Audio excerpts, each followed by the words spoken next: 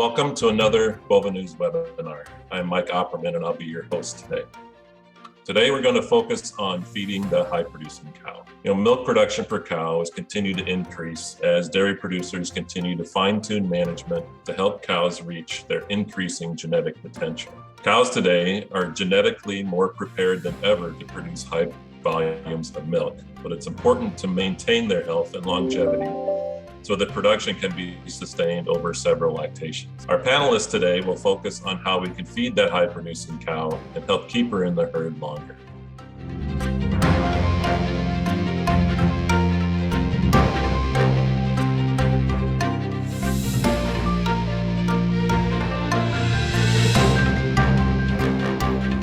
Our first presenter is Matt Faulkner. Matt grew up on a small dairy farm in Illinois. After his parents sold the dairy in the early 90s, Matt stayed active in the industry working with his brother Rob, who currently owns and operates a 200-cow dairy in northern Illinois.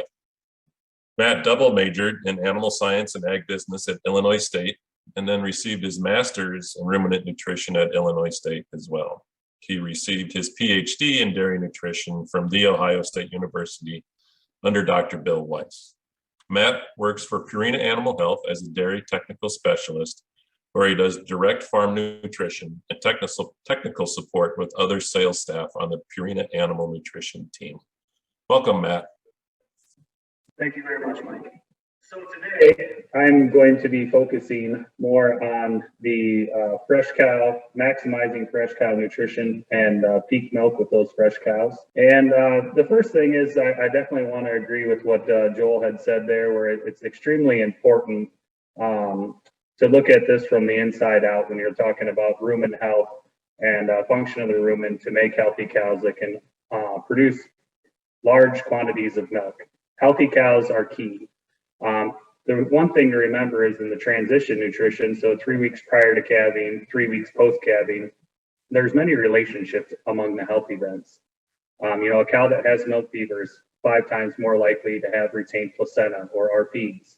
The risk for DAs goes up 2.3%, or 2.3 more times likely for DA when you have milk fever, 2.4 times more for ketosis, and you have a higher risk for mastitis. This all has to do with immune health and immune function and the overall health of the animal. Cows that have ketosis, they're 13 to 14 times more likely to have a DA. Your risk for metritis is raised by 1.7, and they're 3 times more likely to have a mastitis event. And RPs, when you have a cow that has an RP, she's likely going to have metritis. It's 6 times more likely. And I think this is often overlooked by dairies, and it's not even as much the clinical cases. Everybody knows that the clinical cases cause a lot of issues, but if we're missing some of these subclinical things, they seem to compound on each other. A cow that doesn't get caught for subclinical milk fever that has an RP or a DA or ketosis, and as these health events build on each other, it becomes costly to the dairy. Another issue that I often run into on farms is kind of characterizing.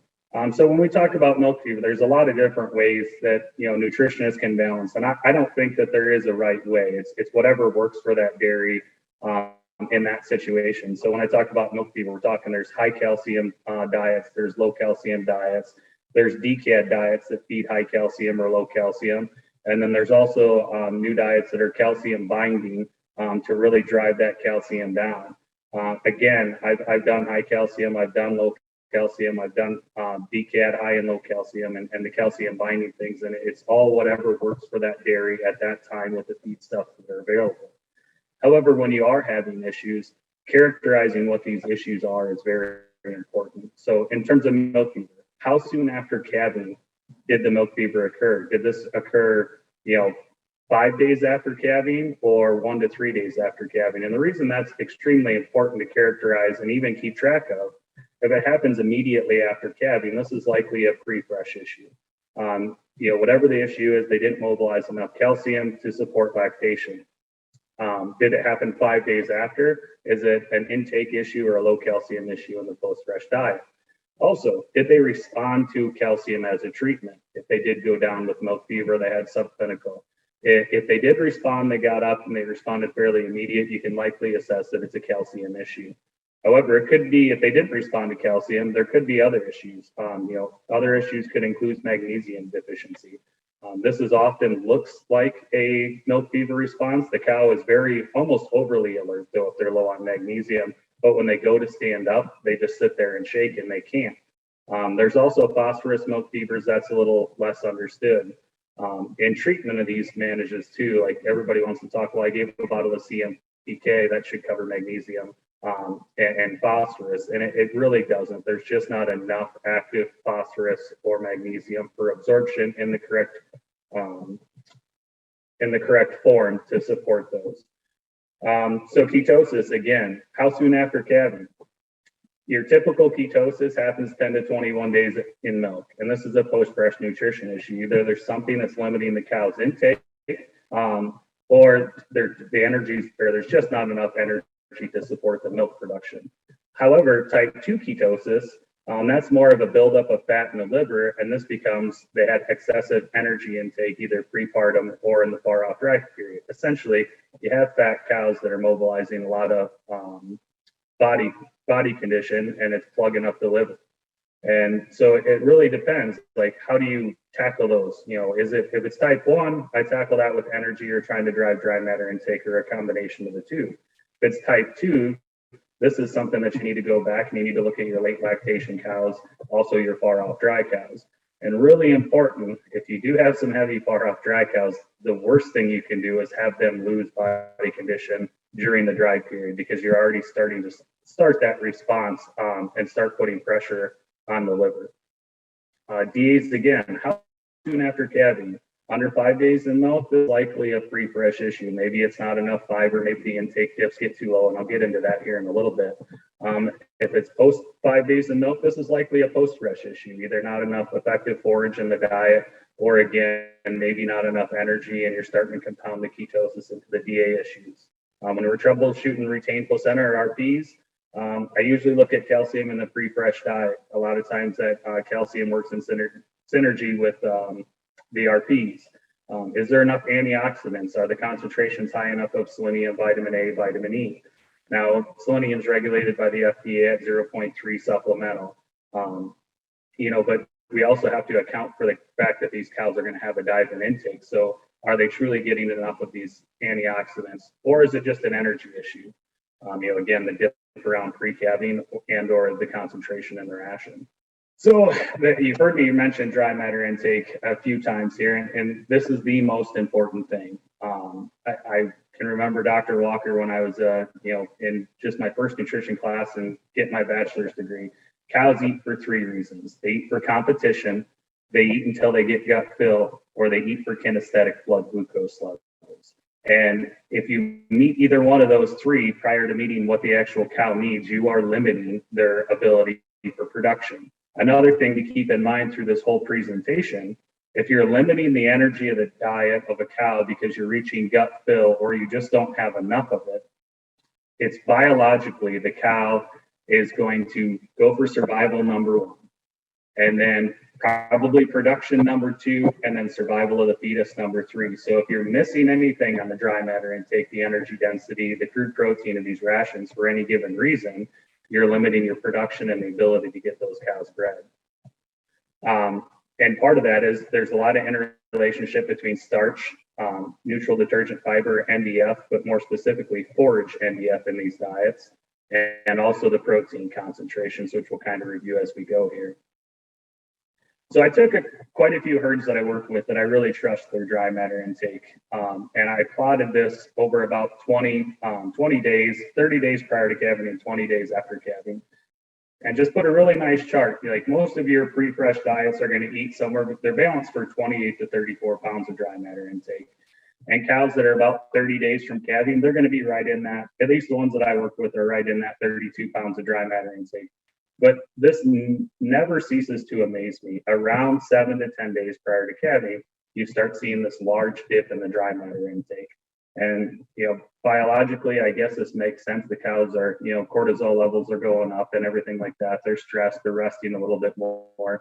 However, they're also starting to go into production mode. So they're eating less, and then they're trying to produce colostrum and milk for survival of the calf. So you have this large dip prior to calving, and then this huge spike after calving. So I always say that the large diff, you're trying to lessen that diff as much as you can. But as you can see here, a lot of these cows are dropping from 30 pounds of dry matter intake down to about 21, and then all of a sudden going back up to 32 to 34. And this is heifers, primiparis and multiparis. So first, second plus lactations all combined into one chart. So the key is how soon can I get that cow back up? We all know that cows go into negative energy balance as soon as they freshen. And it's not such a bad thing. Dr. Baumgart's done quite a bit of research in this area out of the Iowa State Group. All cows are going to go through negative energy balance. It's just the nature of the beast. They can't eat enough to support the milk production. But is that when you have a cow that has ketosis, you test blood glucose levels. Are those levels high, or are they struggling because they're milking hard, or are they struggling because they're not eating? And characterizing that is the good thing. A really good herd health person or post-fresh maternity person can make a lot of people look smart. Sometimes it's looking at the cow. The data tells me that this cow has ketosis, but I see that her udder's full, her head's buried in feed, and she's really chugging along. Do I really need to treat her? So the other real important thing for managing dry matter intake is do not feed spoiled forages. I used a study here that Whitlock and Associates in 2000 had done with some cattle nutrition. And I know this seems obvious to everybody, but every farm that I've ever dealt with is very guilty of this at times. It's either maybe not looking at those piles enough, or you know that your forage inventories are tight and you don't want to be throwing feed away. Or part of it is this year was a prime example of first crop. If you didn't make that Mother's Day window or prior to Mother's Day, a lot of your forages got wet and we saw butyric feed. You don't want to throw it away. You have to feed it. Dilution is the solution. I get all that. But as you can see here, as you increase the feeding of spoiled feeds, you are losing dry matter intake, and also the dry matter, organic matter, crude protein, neutral detergent fiber, and acid detergent fiber digestibility decrease all the way down. So essentially, we're going back to the rumen health issue. If you eat spoiled feeds, you're disturbing that rumen microbiota. You're decreasing the digestion of your ingredients. So not only is your cow eating less, but they're utilizing less of what they're eating. So I get it. Everybody's got feed that they don't want to throw away, and it's a lot of money. But really pay attention to how the quality of forages that you're feeding to those animals, because it's going to cost you more money in the long run. So I kind of talked about nutritional factors and their effect on dry matter intake. And Dr. Allen and Oba and Allen, kind of in the late 90s, early 2000s, did a lot of really good work on the effects of fiber and different nutrients on dry matter intake. One of their first studies, and this was in Dr. Allen's 2000 summary paper, talked about the effects of NDF on dry matter intake. And as NDF percent of the diet increased from 20 up to 45%, dry matter intake decreased. And all of the dark lines in this are the significant effects. But really what gets interesting in that paper is that as the forage NDF increased, a lot of these dry matter intakes went down. So, everybody wants to talk about neutral detergent fiber, NDF, the diet. It's the source that can really drive these intakes. If you have forage NDF, that's a very filling fiber. And as you increase forage NDF in these diets, a lot of times you'll see that association with dry matter intake go down. Now, if you're replacing haylage with gluten, you might be maintaining that same level of total diet NDF, but the filling effect is completely different. So really the key there is don't just look at NDF, pay attention to what your forage NDF is. If you feel like your fresh cows are struggling to get going and their dry matter intake seem off, it could just be, well, let's drop that forage NDF down a little bit and try and concentrate some of these nutrients that affect passage rate in the rumen. Oba and Allen in 2003 also looked at the effects of crude protein on dry matter intake, and a lot of times it showed as crude protein of the ration increased, dry matter intake increased. And they used enough studies, again, that it kind of shakes out some of that delusion of, well, I have 100% of nutrients in a whole diet. And if I increase crude protein, that means that something else has to come down. And a lot of times it's fiber, it's forage fiber that comes out that really drives that up. If I increase crude protein 2% and I take 2% NDF out, a lot of times that's going to affect how much they're able to eat, because you're affecting passage rate. And I get it. A lot of times forages are some of the lesser expensive ingredients, or lesser purchased expensive ingredients, because you've already paid for the forage after you harvested it. So if you want to feed a higher forage diet, paying attention to the quality of that forage and the digestibility, the NDFP 24 and 30 numbers are really, really key. It makes sense in theory, like the fiber, as a plant stays out in the field longer, as a haylage plant stays out in the field longer, it gets taller. So it needs more structural carbohydrates to support its growth and its stand high.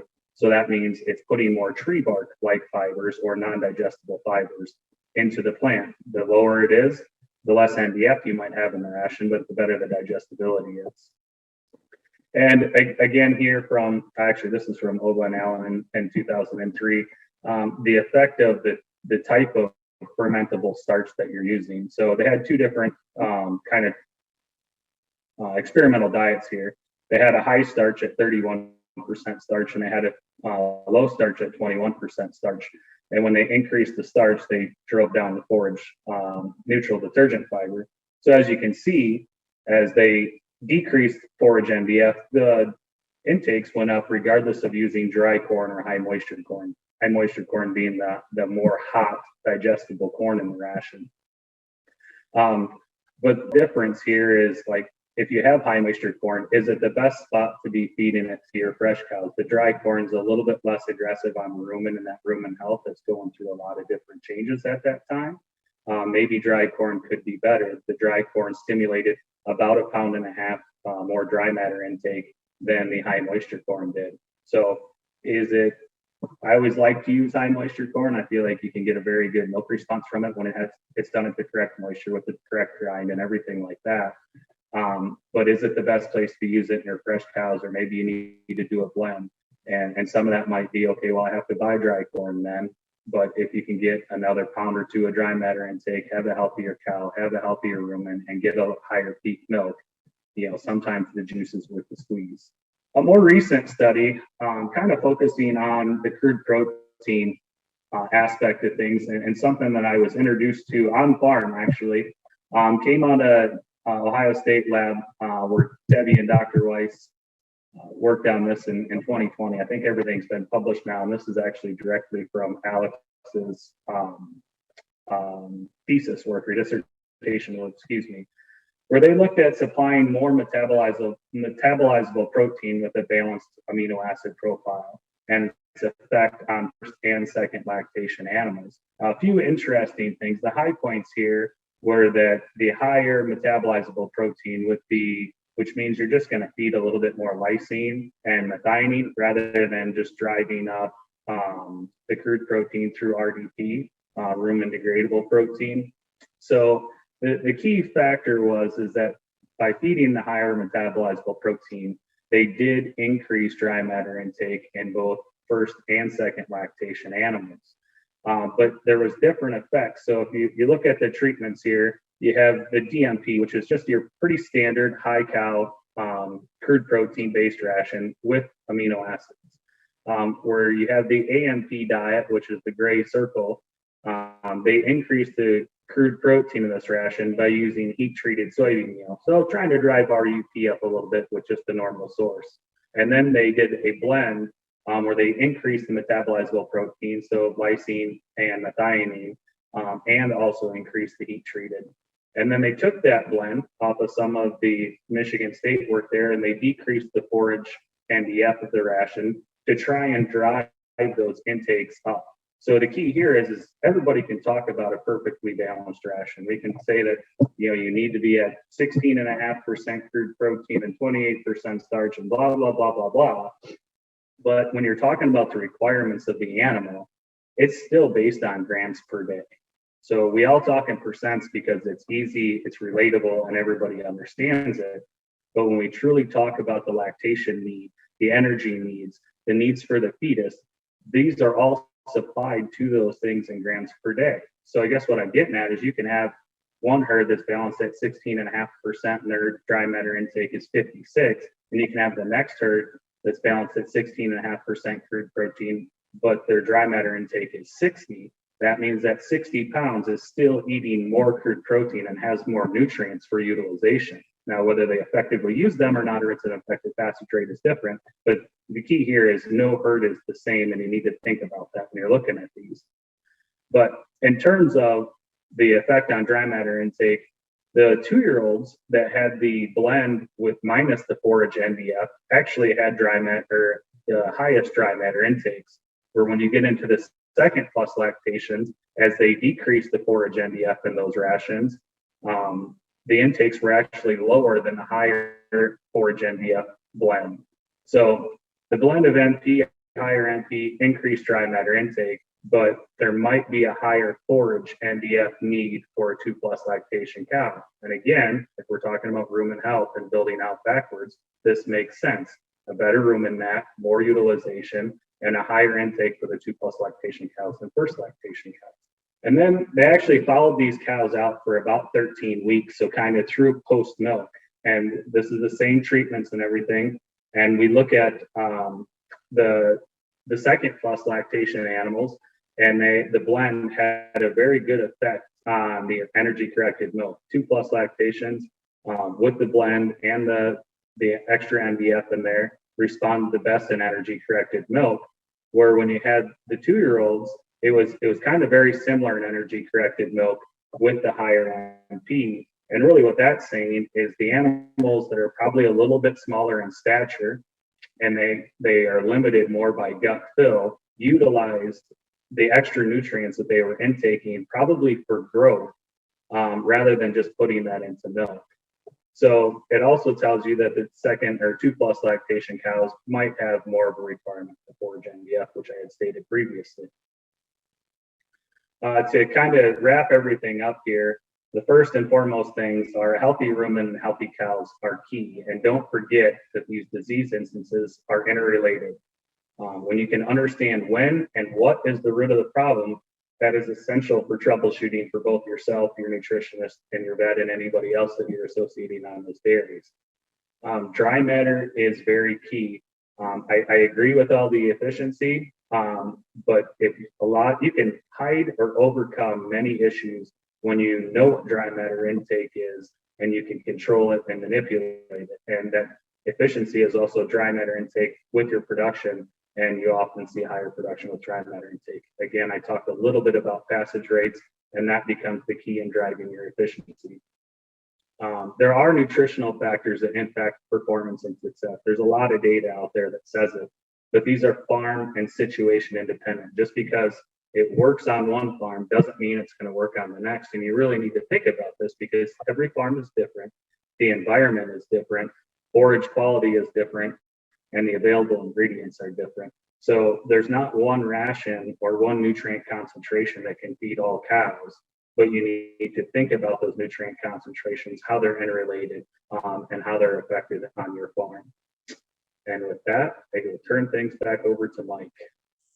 Awesome. Thanks, Matt. That's really great information. Our next presenter is Dr. Joel Pankowski, who joined Arm & Hammer Food and Animal Production as a manager of field technical services in 2011. He's responsible for providing technical support to the field sales team, nutritionists, and dairy producers in the Eastern US and Canada. Joel received both his BS and MS degrees from The Ohio State University, and then went on to earn his PhD in dairy management at Cornell.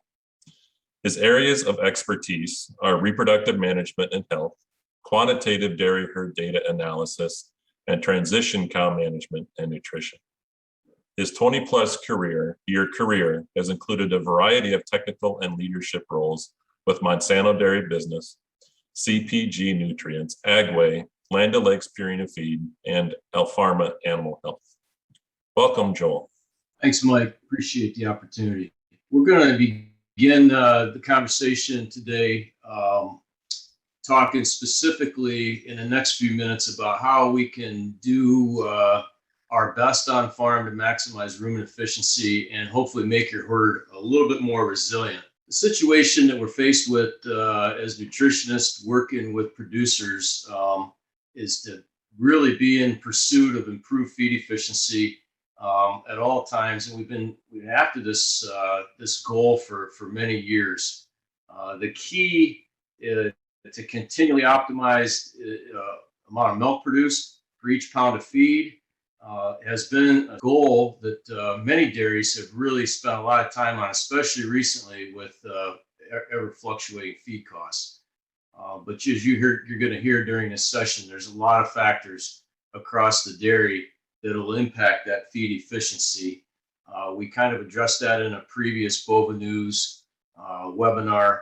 We're just going to focus today on getting these cows off to good starts and really looking at the solution of improved feed efficiency starts by creating an ideal rumen environment.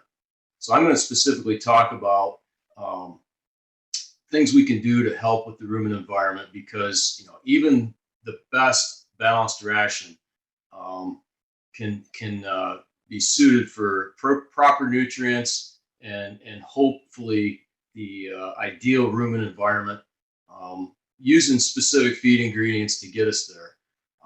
The goal is to feed those rumen microbes and do the best job we can to get the microbes to the optimal population that the animal can then utilize them as sources of protein. There is a new tool available to nutritionists. I'm going to spend just a few minutes reviewing that, and that would be what we commonly refer to as probiotics. Things such as Bacillus subtilis that can help the rumen microbial population thrive, creating an opportunity for better feed digestion and ultimately conversion to milk.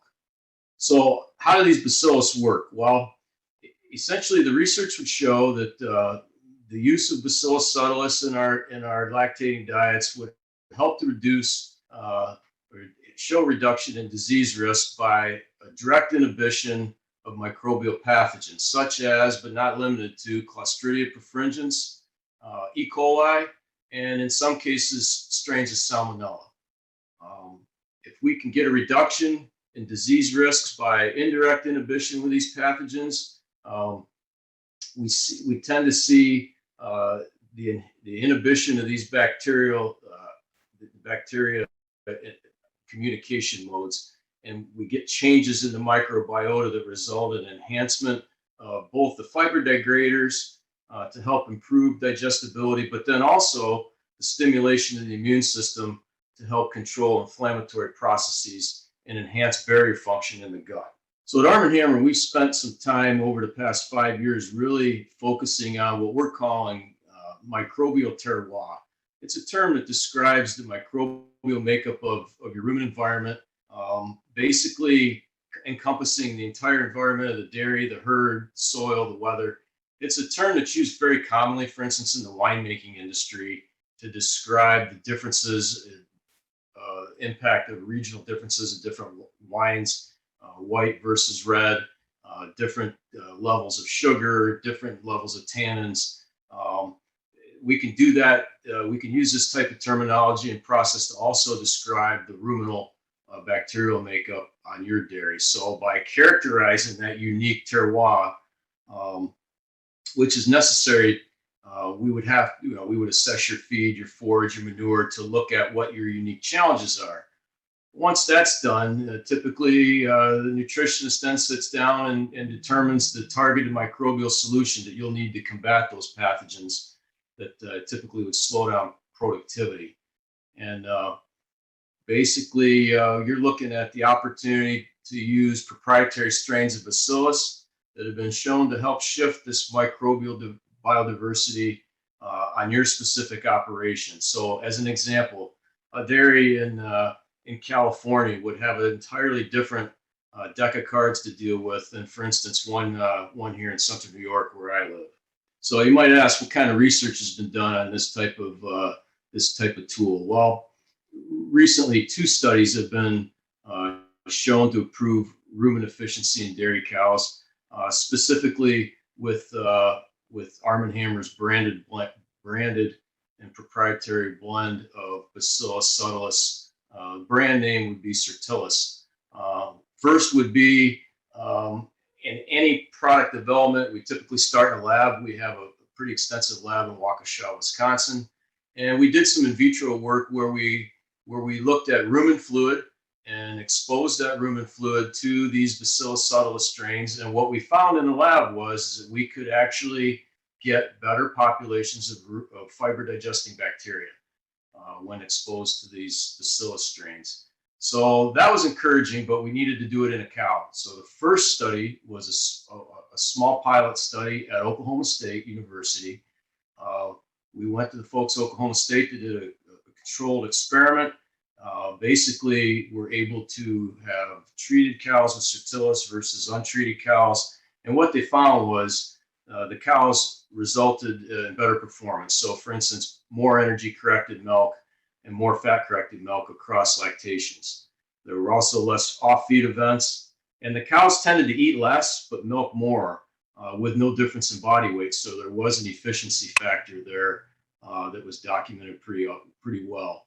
Now the neat thing was the Oklahoma State study showed that we were onto something in the lab, so to speak. We got performance, but we needed a larger study to find out exactly why the performance resulted. So we just wrapped up a large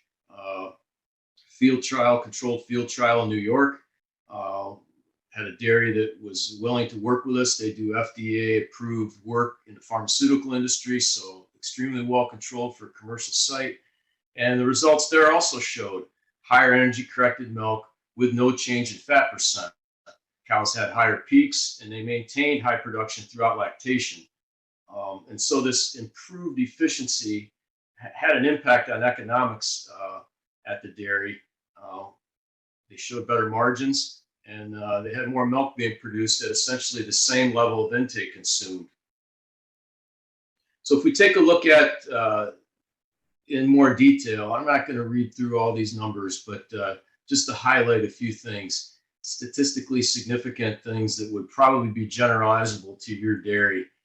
Specifically at Oklahoma State, you can see that we did see better milk fat percentage yield, and which basically increased our fat corrected milk numbers and our energy corrected milk numbers. So, you know, I often get questions about p-values. What do those mean? Well, if you take a look at a p-value of 0.05, that basically means that you've got a 95% chance that you can repeat that result if you were to do this study again.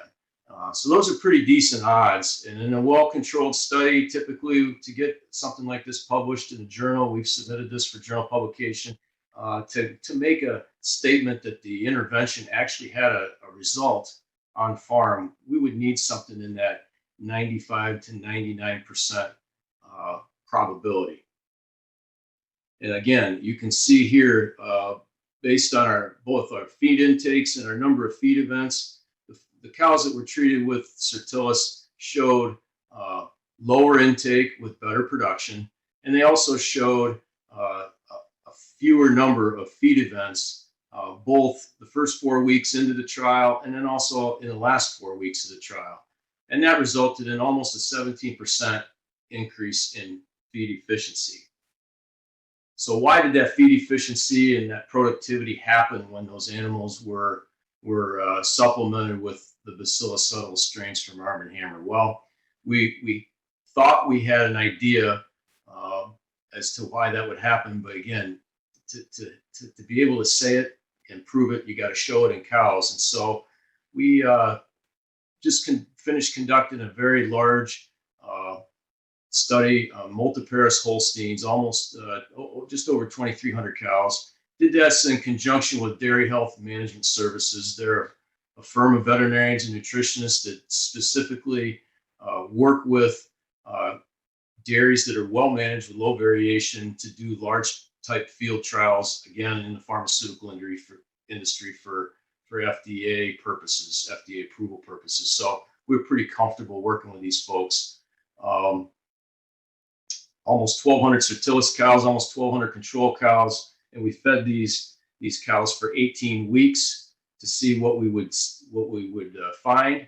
And again, we're looking for repeatability and answers when we do these type of trials. And we saw both cumulative milk yield in the Certillus group being significantly different between 30 and 60 days. And we also saw that energy corrected milk result again, like we saw at Oklahoma State. We got to go a little deeper in our analysis with this study. We collected fecal samples for all the cows on the study at different time points. And we saw that those fecal samples for total Clostridia and Clostridia perfringens. Now, Clostridia perfringens would be the specific strains of Clostridia that would make an animal susceptible, for instance, to HBS. They're toxin-producing Clostridia versus what we would call environmental Clostridia, whose primary output would be what I would consider an alcohol or solvent, like butyrate or propanediol.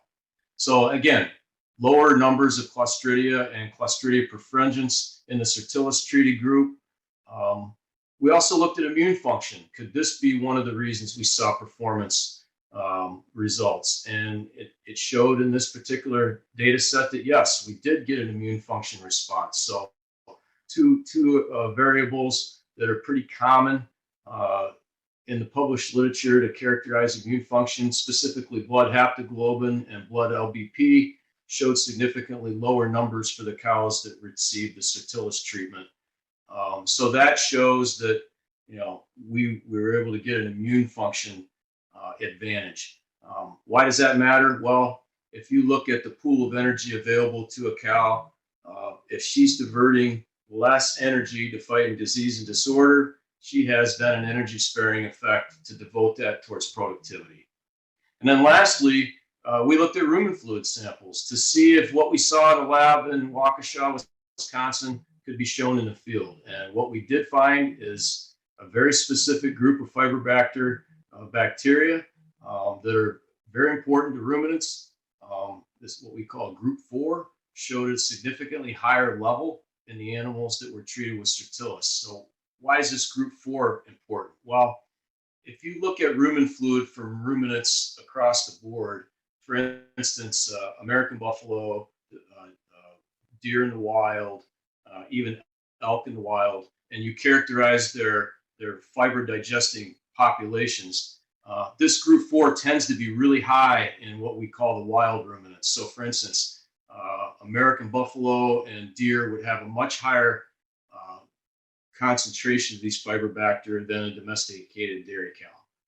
Why is that? Well, we don't know for certain, but over time, the theory goes is we've changed the diet of the dairy cow to include more energy dense feedstuffs that don't require fiber digesting bugs. So it's very possible that we've actually, in domesticating a cow, changed the fiber population. Because if you're familiar with buffalo or deer, they eat high fiber diets, tree bark, tree branches, leaves, things that cows probably would not prefer to go for if they had the choice. So again, mode of action for these performance results, when we look at increasing the resiliency of these cows and making the rumen more efficient, appears to be focused in 2 areas. One would be immune function, and then the second would be a higher population of these rumen fiber digesting bugs to go after the feedstuffs that we put into the cows. So at the end of the day, there was an advantage to using this type of new tool, and it was very multifaceted. Again, reduced inflammatory challenge, better immune response, and we saw reductions in pathogen inhibition. We had better pathogen inhibition and improved overall ruminal fiber digestion. So at the end of the day, we know that if we implement this type of tool on dairy, we have a pretty high probability that we're going to be able to inhibit pathogens that may result from, for instance, fermentations in bunker silos or silage piles. If you're fortunate enough to have a Clostridial fermentation, this would be something that your nutritionist could use to mitigate that and get that rumen to be more efficient. We also know that we can increase rumen fiber digestibility and rumen fiber degrading populations at the same time aiding barrier function of the gut. So just kind of in closing, to give you a reference point, currently we have about 7 or 8 strains of these Bacillus subtilis that are commercialized. The blending and the specific targeting use of these varies by region based on that microbial terroir process I described earlier. And they come from over 20,000 Bacillus isolates in our proprietary library. So again, results show that this type of tool and technology, it's kind of new on the horizon, is more effective at inhibiting pathogens and modulating the immune system than those used in other commercial DFMs that are available on a marketplace. So with that, I'll turn it back over to you, Mike, and we'll further explore the opportunities here to get the rumens more efficient in these dairy cows. Thanks, Joel, for that information. And I think both of you did a really great job in helping us to understand how we can get cows through transition and through that fresh period, but then also maintaining that rumen quality and rumen function to help achieve high production. All right, first of all, Matt, you talked a lot about forages and digestibilities and so forth. And I know that also has a lot to do with rumen function and whatnot. As we take this, we're in the middle of October, and we've just had a lot of corn silage being put up on dairies around the country. We're going to be going through some forage transitions and ration transitions. Maybe I'll start off with you, Matt, but how do we keep cows functioning through these forage changes at a high level? That's a great question, and it's a struggle that we all are dealing with every day. Again, a lot of it is you need to look at, do you have enough carryover? Carryover is key. Not many people have it, but if you can have, 4 to 6 months worth of carryover, that is ideal. Most people don't, so I'm going to answer this question as we don't have enough carryover to get 6 months down the road where we have a completely fermented silage. If you ever look at a fermentation profile as a forage plant ferments, the actual NDF decreases because some of that's being broken down. Also, your starch availability is going to go up as it ferments because you're breaking down the prolamine that's around those starch granules for utilization. So first and foremost, at harvest time, dry matter of the plant and of what you're putting in is key so you can have an optimal fermentation. Processing on your corn is very essential so you can get more surface area for digestion. And a lot of times what we run into this time of year is intakes go up a little bit because that fiber from the forage isn't completely broken down and you just have a higher passage rate. It's kind of like anybody that eats a lot of salads. It kind of just shoots right through. And that hurts your starch utilization as well because I've increased passage rate, which means it's spending less time in the rumen, less time with the microbes digesting it. And I also have starch that's not very available. So one of your key things is you're kind of chasing energy at this point. You can feed a higher energy diet because it's cooling off and dry matter intakes are up, but you also need to pay attention to that energy because you don't want to affect that rumen and the cellulolytics and the amylolytics. So sometimes I can feed a little bit more energy to make up for that energy demand, but I also need to increase digestible fiber. If you have some really good, first, second, third crop, a lot of times you get into those later crops, finer stem, more digestible. That's a good way to chase digestible fiber to make up energy. Or you can start looking at different ingredients that you can add, such as a corn gluten or any other highly digestible byproduct fibers. Thanks, Matt. And Joel, kind of the same lines, when we get into forage changes, that can really mess up rumen function. How can we help alleviate some of that? Yeah, I think that's a good point. And I agree with everything Matt had to say. I think in addition to that, there's some mitigation opportunities that producers can look at. I mean, specifically this year, if you're looking at, let's just look at corn silage harvest. If you were fortunate enough, and I'll restrict my comments to the Great Lakes states, so the upper Midwest, the Northeast, the mid states there around the Great Lakes. Tremendous variation in growing seasons, tremendous variation in how the corn grew. We've got corn silage that was 12 foot tall. We've got corn silage that was 8 foot tall. But the only thing that's consistently being reported is that most of the corn is going to be heavier in grain. So energy is going to be good. Digestibility is going to be all over the board. and that creates fermentation challenges. It's probably too late for this type of advice in a lot of cases, but proper packing, the use of inoculants, I think, has been well documented as a cost return to help drive pH quickly as possible down to get the fermentation to be more consistent. And now and again, the use of some new tools. With that challenge in fermentation and forage bunk management comes challenges with mycotoxins. And we know that there's some good opportunities with refined functional carbohydrates where we can go in and mitigate mycotoxins on a broad spectrum range through the use of specific beta-glucan linkages. We also know the tool that I discussed earlier is a direct-fed microbial also can be applied in the inoculant spectrum to do competitive inhibition type things with specific pathogens we're going to see. So you're going to open yourself up to more clostridial fermentations, or even these clostridia that are not producing toxins, but you're going to get butyrates, propendiols. They're basically alcohols. And if you look at on an as-fed basis, these animals could be eating 100 pounds of feed.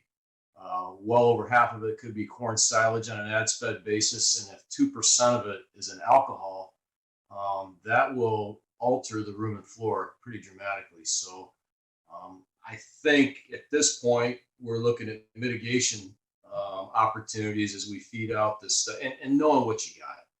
We tend to do a very effective job on farms getting protein numbers and fiber numbers and everything that a lab would turn back to nutritionists. I think we got to do pathogen screening to see what we're dealing with there. And I guess a little off the cuff, I don't even recommend mycotoxin screens anymore because we know they're there. We absolutely know they're there. I don't think in 27 years, I've never set a sample in that's come back spotless. There's always a mycotoxin challenge. It's usually hit or miss. By the time we investigate it, we're through the problem. So it's just better to do preventive insurance and include those types of things in the diet to mitigate those challenges and keep things as even keel as possible. Because, as we've talked in the past, Mike, these cows, they perform better when there's the least amount of variation. So whatever we can do on the human side to limit variation presented to the cow, I think is what's going to keep productivity, as level as possible. Kind of along those same lines, Joel, I know you and Matt both work with some high producing herds. What are some of the things that are kind of characteristics across those herds that they do to keep cows in high production? We'll start with you, Joel. Yeah, in general, we can go through that. We could probably do a couple different webinars on financials that they do right and forage management. But in general, the overarching theme is they limit variation. They're the least variable of the dairies that are out there, whether it's forage management, feed delivery, employee management. And I'm talking dairies that are fairly sizable and will deliver 115 pounds of milk volume day in and day out. Doesn't matter if they're time of heat stress, cold stress, seasonality is not an issue. Those are the dairies that tend to be the best managed relative to limiting that variation. So what do? Well, they take advantage of, like I said, the newest tools, as long as it's well documented, published research to back up those claims. They'll go in and use risk management tools to kind of make up for some challenges with harvesting or challenges with planting, or as Matt mentioned, the digestibility of the corn side is going to be all over the board this year. It's not going to be as nice and easy as it was in 2021. You're going to have pockets that are going to be great. You're going to have pockets where the stuff was tall and woody, and you got to try to figure out ways to deal with it. So those dairies that are the most productive and most profitable in general, like I said, they do lots of different things well, but in general, the overarching theme is that they're the least variable across the board. Matt, what have been some of your experiences in that regard? Very I would agree again with everything that he said. I'd dive into the forage quality. Most of them have just very good forage quality, and it's the manage. It's not just putting it up at the, in the windows when they're there. It's the management prior to. It's paying attention to the soil, taking advantage of new information that's out there in terms of what they should be planting, especially for their area, for their soil type. So forage quality to me is key. And then paying attention to immune health. It's all the little things that really come into play there. They have good fresh cow management. If they don't, they're doing it themselves. They're holding themselves accountable for it. And I've experienced this a little bit more in recent years. It's paying attention to that interrelationship between maybe something as simple as your somatic cell count and the immune status of your animals. And then really, starting from the inside out. Healthy animals are animals that can produce a lot of milk. And when they're not healthy, how do we get them healthy and get around to it? But to me, it's all the little things that they do. Everybody's paying attention to genetics right now, and most dairies are. So the cow's genetics are much better, but how do we utilize those genetics? How do we create an environment for that animal to reach its genetic potential? And that comes down to the little things. No, that's great insight. Appreciate that. I want to switch gears a little bit and talk about feed ingredients and feed additives.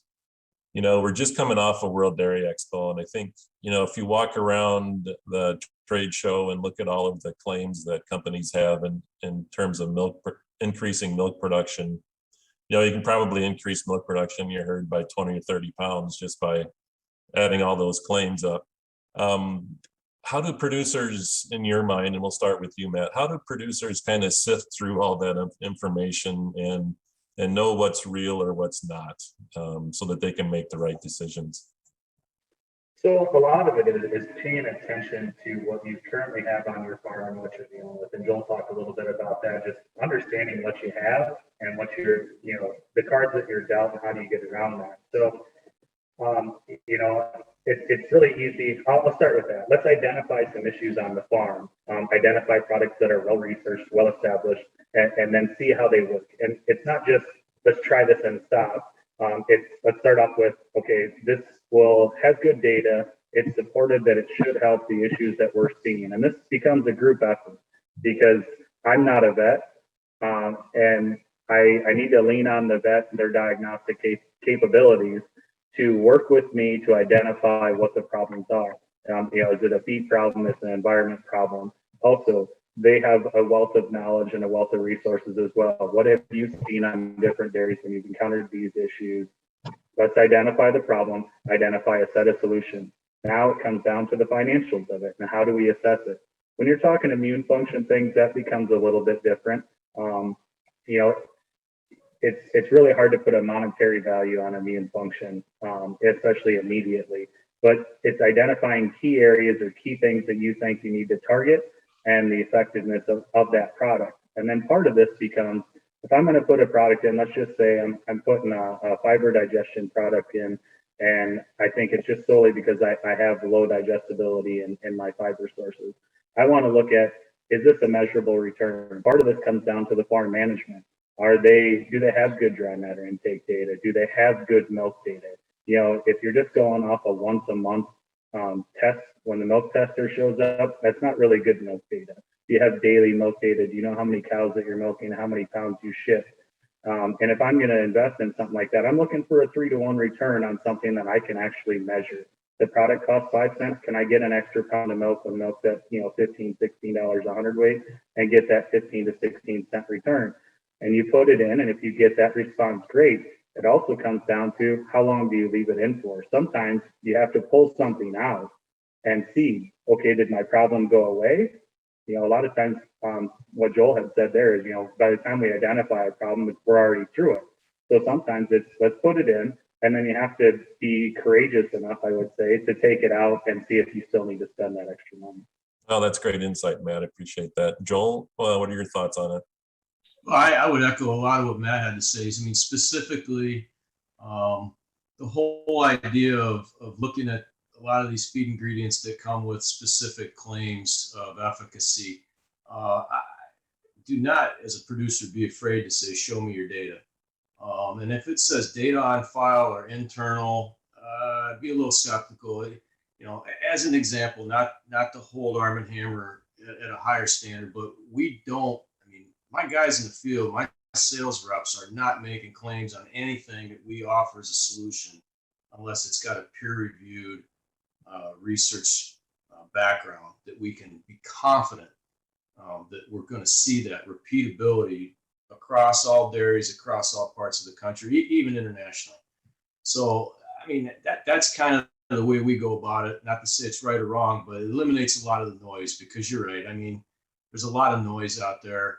And I think as people get in these times of uncertainty relative to feed prices and milk prices, they're more susceptible to those conversations. And you got to really, as a on-farm advisor, kind of be cautious to not get wrapped up into that. You go back to these most successful dairies, they tend not to jump on the product of the week, the offer of the month, the rebate of the year type of stuff. They stick with what's well known. They're open to new things as long as it's well researched. And then again, this whole idea of focusing on immune function, Matt's spot on. It sometimes is difficult to partial budget, but I do think most producers understand. Earlier in Matt's talk, he did a great job of explaining basically energy pooling and how the animal divvies out this bucket of energy that she's provided. If we can get to the point where there's, eliminating these unproductive draws on energy, disease, disorder, mycotoxins, those types of things, producers understand that energy is going to go to productivity and then downstream to reproduction. So yeah, I think that's the key. Peer reviewed, make sure it's, I often say it takes a lot more money to run a good commercial development research department than it does a good marketing department. And in today's world, we really got to focus on that. Great. Well, guys, I want to wrap up with the question that's maybe a little bit more theoretical. And we talk about how genetics have really increased over the last few years, and the genetics of the cows in these herds is just really off the charts. Looking into the future, if you pull out your crystal ball, are we going to reach a production ceiling, or is there a production ceiling? And do you think that we'll ever reach that, or are we just going to keep getting more and more milk from these cows? And Joel, I'll start with you. It's a great question. I would tell you that we're going to continue to make progress. I mean, I'm pretty fortunate. I spent a little bit of time this summer. Got some records from my grandfather's dairy in Northeast Ohio, and I take a look at, he was one of the top 10 dairymen in Ohio at one point back in the 30s and 40s. And you look at the level of productivity in those DHI reports versus where we are now, and it's pretty interesting. And you look at how the cows were managed and fed and housed then versus now. Yeah, I think you're going to see the pace is going to be a lot quicker. And it's going to be to the point where the limiting factors in my mind are going to be the humans, not so much the cows. Your forage genetics are going to continually get better. Equipment management's going to get better. Your forage management's going to get better. Are the producers, the nutritionists, the veterinarians going to be open-minded to new things? Much like in the 30s and 40s, dairy producers didn't want to hear about milking machines. That was not something that was a foreign principle. Tractors, not a widely accepted thing right out of the gate. And you fast forward, things like BST. Is there going to be another monumental development? Probably not over the course of my year, but my career, but definitely over the course of Matt's career. There's going to be something else out there to where we get this next jump. It's not going to be, as you mentioned, Mike, these 2, 3, 4 pound combinations of stuff. Yeah, I think the sky's the limit in reality. With that comes a challenge, though. You're going to be able to get the same amount. Consumers are only going to consume so many dairy products. And so we can constantly make more. That's going to mean less dairies. Again, using my analogy back to the 30s and 40s. And it's going to be probably less cows, even though we're at the highest cow number ever. Right. I would believe that in the next 10 years, these efficiency factors are going to drive cow numbers down. It just has to. Matt, what do you think? I'll start on the cow side, and I agree with everything that Joel said. It's pretty limitless. You go through these high lactation herds, you go through any herd, you can find cows, milking 30, 40, 50,000 pounds. A lot of times when we do some of these production analysis, I look at cows, top cows milking 250 pounds. That's a lot of milk out of one cow, and what's to say we can't get the whole herd to that efficiency. So, I do think essentially mass is going to be limitless. I'm not going to go into one of Bill Weiss's energetic talks here because I barely understood it as a student and I could never do it justice. But the mass of the animal will eventually limit production and the massive utilization of that intake. Gut fill will still be a limiting factor. If we breed smaller cows with gut fill limitations, essentially you're going to reach a maximum. But I think Joel hit on the key point right there at the end. The market is going to be the real driver of how efficient or how we're going to produce milk. The key is right now is like, if you don't want to pay for components and you want to have volume basis in there, I'll just make more of it if you're going to pay me less for it. That's a true mentality. The market really needs to drive the efficiencies, the energy corrected milk. They need to pay for the butter fat, and then it's worth going after. They need to pay for the protein, and then it's worth going after. And until that happens, volume is going to be key because it's a cash flow situation for these dairies, especially when you're talking getting through Q4 and Q1. Yeah, that's great insight, and it's probably a topic for another webinar that we need to look at. Is what do we look at in terms of where cows are going to be in 5 or 10 years, and how do we match that management? So, but thank you so much, Joel and Matt, for participating today, and great insights on how to manage high producing cows. And with that, that wraps up another Bova News webinar. Thank you, as I said, to Matt and Joel for providing us with insightful information. If you like what you've heard, be sure to follow Bova News on your favorite social media platform and subscribe to our YouTube channel. And be sure to check out our website, bovanews.com, for more information and alerts to upcoming podcasts, webinars, chats, and other things. So again, thank you, Matt and Joel, and to everyone, have a great day.